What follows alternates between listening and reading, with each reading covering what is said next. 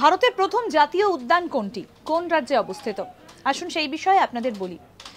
Jim Corbett জাতীয় উদ্যান ভারতের উত্তরাখণ্ড রাজ্যে অবস্থিত, অর্থাৎ নৈনিতালে অবস্থিত। আর এটাই প্রথম ভারতের জাতীয় উদ্যান। পার্কটা ব্রিটিশ রাজত্বের সময় শুরু হয়েছিল। ইউনাইটেড প্রভিন্সের গভর্নরের নাম অনুসারে এর নামকরণ করা হয়েছিল হেইলি ন্যাশনাল পার্ক। পরে 1956 সালে প্রকৃতিবিদ এবং শিকারী জিম করবেটের নামে এই পার্কটার নামকরণ করা হয় জিম করবেট জাতীয় উদ্যান। আর এটাই ভারতের প্রথম জাতীয় উদ্যান, অর্থাৎ জিম করবেট জাতীয় উদ্যান। ব্রিটিশ আমলে শুরু হয়েছিল এর নির্মাণ, এবং তারপর দেখা যায় যে ইউনাইটেড প্রভিন্সের যিনি গভর্নর ছিলেন তার নাম অনুসারে এই পার্কটার নাম দেওয়া হয়েছিল হেইলি ন্যাশনাল পার্ক। পরে 1956 সালে প্রকৃতিবিদ এবং শিকারী জিম করবেটের নামে পার্কটার নামকরণ করা হয় জিম করবেট ন্যাশনাল পার্ক।